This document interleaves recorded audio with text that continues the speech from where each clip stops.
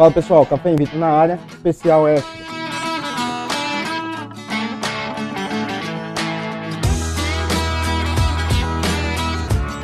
A primeira parte do programa foi sobre genética e hoje a gente vai falar sobre a parte clínica. E para isso a gente está aqui com o grande Dr. Rodrigo Rosa.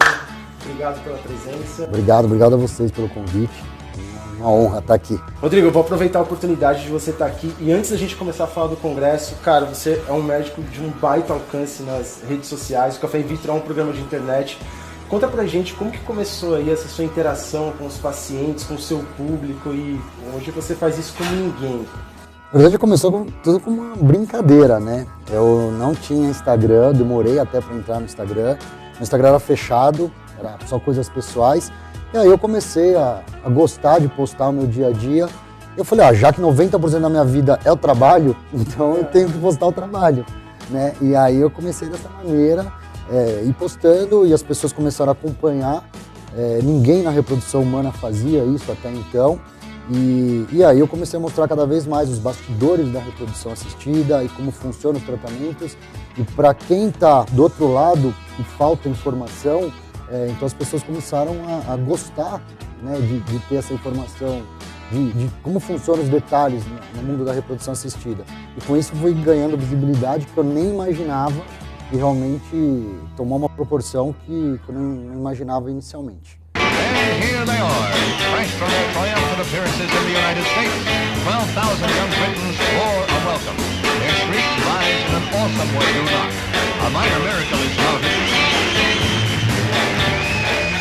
Isso também mudou a sua percepção em relação a paciente, a tentante, porque você conversa hoje com um público que extrapola quem são os seus pacientes. Isso mudou de alguma forma para você o seu conceito de tentante? Acho que mudou radicalmente, porque eu consigo observar o que elas passam, né, o outro lado. Então eu começo a não avaliar só a parte técnica, só avaliar números, taxas de gravidez, né, porque aí eu consigo entender o que é para cada pessoa individualmente. E isso trouxe uma outra visão médica. Eu acho que mudou o meu jeito de exercer a medicina. A gente vai falar do ASH. Antes de você falar do que você viu de interessante lá e o evento como um todo, você gostou, curtiu? Foi na Espanha, lá em Barcelona? É um congresso realmente que não vi nada igual, não existe qualquer outro evento comparável ao ASH. É de uma propriedade científica muito grande, né? Não é um congresso comercial, então a gente vê que realmente as pessoas que vão lá palestrar são renomadas na área e isso só agrega para a reprodução assistida no mundo inteiro. Conta pra gente então, em resumo, o que você considerou de mais importante do ASH? Então aqueles casos que corresponde ali 30% dos casos de infertilidade feminina, que é fator ovulatório, né, basicamente a síndrome do ovário policístico, é uma das causas mais comuns. E teve uma mudança muito importante, porque a primeira linha de tratamento era usado o citrato de clomifeno, que no Brasil é usado de uma forma rotineira pelos ginecologistas, e no ASH ele foi mudado um guideline da própria sociedade que mostrou que o clomifeno ele não é a primeira linha de tratamento para indução da ovulação para tratamentos de baixa complexidade, coito programado e inseminação artificial. Então teve a mudança para o letrozol. O letrozol ele tem um poder de indução da ovulação com maior eficácia, com menos efeitos colaterais. O custo é um pouco maior, mas continua sendo um custo mais acessível, também é via oral, né? Então é um comprimido, porque muitas mulheres ficam receosas, né, de fazer qualquer aplicação injetável. Então é uma mudança de conceito, porque isso vinha durante 15 anos como citrato de clomifeno a primeira opção e agora esse ano mudou para o letrozol.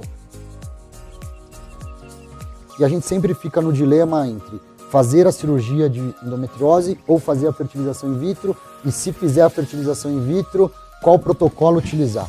E aí teve um trabalho que mostrou que entre os protocolos que a gente chama de ultralongo, o protocolo longo que começa a um bloqueio hormonal antes mesmo da menstruação e o protocolo com antagonista, que é o mais utilizado no mundo inteiro, é o que eu mais uso, então eles fizeram uma avaliação desses 3 grupos para ver qual que tinha maior taxa de gravidez. e aí foi visto que realmente não tem diferença estatística em taxa de nascidos vivos com o protocolo longo ou ultralongo, que também era uma tendência, né, antiga, de falar assim, a endometriose vamos bloquear antes do estímulo hormonal e depois começa o estímulo porque vai diminuir o processo inflamatório da endometriose. E aí o que foi visto que, na verdade, não interfere, a taxa de bebês nascidos é idêntica em todos os grupos. Por outro lado, quando tem adenomiose, sempre é importante fazer um bloqueio hormonal antes da transferência de embrião. Então, o que ficou quase que protocolado, né, que nesse grupo de mulheres com endometriose, o mais interessante é estimular, fazer a coleta de óvulos e depois, antes de transferir embrião, então sempre vai ser embrião congelado, né, e não fazer a transferência fresco, aí faz um bloqueio hormonal, diminui o processo inflamatório e com isso faz a transferência de embrião. Eu acho que foi algo interessante, algo que já era uma tendência, mas que no ASHRAE ficou mais evidente isso. Ah, agora eu entendi! Agora eu saquei! Agora todas as peças se encaixaram! É uma tendência cada vez maior a gente selecionar mais os embriões, transferir menos embriões, evitando todas as complicações de uma gestação múltipla, né? Então, cada vez mais é fazer a cultura estendida para blastocisto e transferir embriões euploides. Então, os trabalhos mostram que quando você transfere embrião euploide, não importa se ele é de D5 ou de D6, não importa se ele é classificação A, B ou C, a taxa de implantação é semelhante, porque o que importa é se o embrião é normal cromossomicamente ou não. Então, essa é a tendência de se buscar esse embrião. Uma das empresas que mais realiza esse PGS, né, o PGTA, que é a nomenclatura atual para análise cromossômica, está estabelecendo um protocolo com análise do embrião, podendo fazer essa análise cromossômica sem fazer a biópsia. Então, só pelas células ali, o material genético, o DNA livre do meio de cultura, seria possível, né, e já está sendo estabelecido isso, para que o embrião não seja danificado, entre aspas, e mesmo assim ter esse resultado cromossômico. A concordância entre o PGS atual e esse PGS não invasivo já está em 75%, 80%. Isso ainda é inaceitável do ponto de vista prático, porque não dá para a gente pensar em 25% dos casos estar errando no diagnóstico, falar que aquele embrião é anormal e ele é anormal ou vice-versa. Mas a tendência com a melhoria da tecnologia desse PGS é que eles se igualem, e eu acho que isso vai acontecer nos próximos 50 anos, porque isso é uma questão biológica, a gente não consegue rejuvenescer óvulo, a gente não consegue melhorar muitas coisas, mas estamos caminhando sim a passos largos em direção a melhorar isso. A tendência da tecnologia e do nosso alcance a essa tecnologia é que a gente procure cada vez menos justificativa para um insucesso anterior e uma prevenção desse insucesso. Então você analisa a parte endometrial de uma outra maneira, a parte cromossômica, cada vez mais você junta essas peças antes de executar o tratamento e não depois, olha, será que não pode ser isso, será que não pode ser aquilo, porque essas tecnologias elas são inacessíveis, caras, então você também não pode abrir o cardápio e escolher tudo. É verdade, é muito interessante esse avanço na medicina reprodutiva, que a gente vê, parece que antes a gente tinha protocolos e técnicas isoladas, e hoje esses protocolos e técnicas começam a se interligar, e aí você começa a ter mais respostas nos grupos de pacientes específicos, assim como a gente viu ali na endometriose e outros diversos grupos. Eu vou aproveitar e perguntar para você, Rodrigo, nossa primeira parte do Café in Vitro, a gente abordou o tema sobre genética. E o pessoal falou sobre os novos testes que saíram de análise endometrial. Como você vê isso, a aplicação para você na clínica, ter esse recurso desses novos testes e qual o valor prognóstico disso para a sua prática clínica? Nos últimos anos, a gente sempre pensava que a falha de implantação era por causa do embrião, né? Então todo mundo só estudava embrião. E a gente sabe que, na verdade, a gravidez acontece por uma interação entre embrião e endométrio, que eles têm que se entender, tem que rolar uma química entre eles. E qualquer alteração em algum desses dois fatores faz com que a gravidez não aconteça. E eu acho que houve um grande avanço na medicina reprodutiva quando teve o ERA. Então o ERA é uma análise da janela de implantação, uma análise genética do potencial de implantação do endométrio. E agora, mais recentemente, esse ano surgiu 2 novos testes, que foi o EMA e o ALICE. Esses 2 testes, eu acho que vão revolucionar para os próximos anos, porque são testes que mostraram que a flora endometrial ela não é estéril como se imaginava, então todo mundo imaginava que a cavidade uterina fosse estéril, e não, viram que tem bactérias que são as bactérias saudáveis do organismo e que vão proteger contra as bactérias patogênicas. Do ponto de vista prático, o quanto vai aumentar a taxa de gravidez, ainda não sabemos. Então, os trabalhos mostraram cerca de 12%, o que é muito em medicina reprodutiva, tem um ganho de 12% em taxa de implantação, porém, vamos ver na prática clínica quanto que é realmente esse ganho.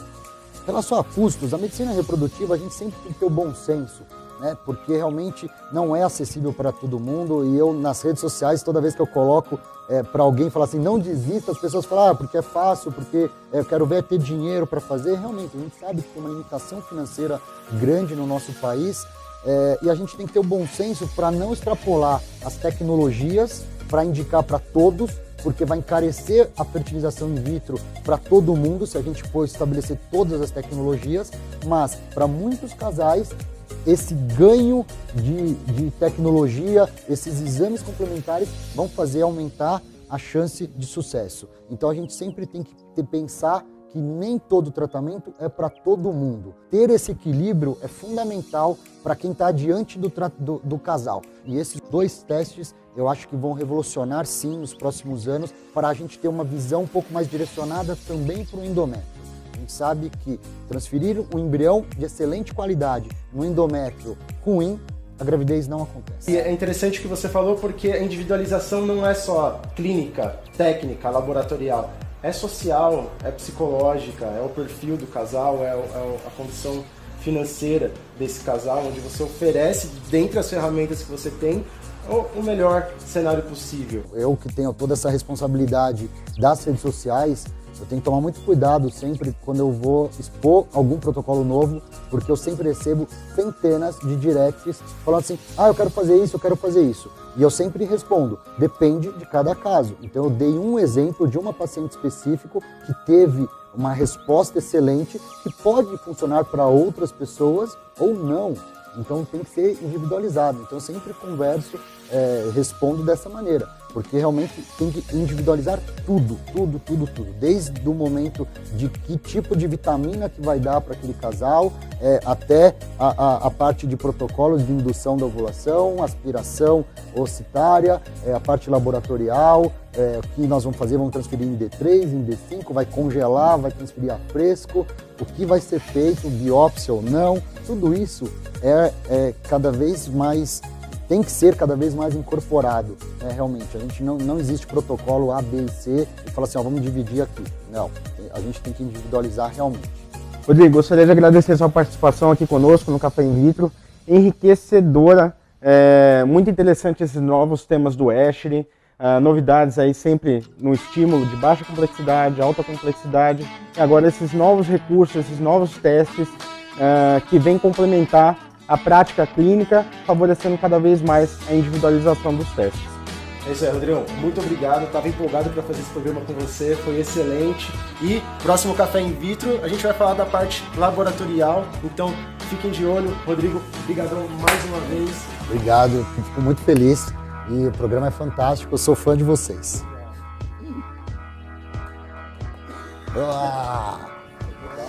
Lá de lá, quebra daqui, ô Bahia, é o Tchan no Havaí.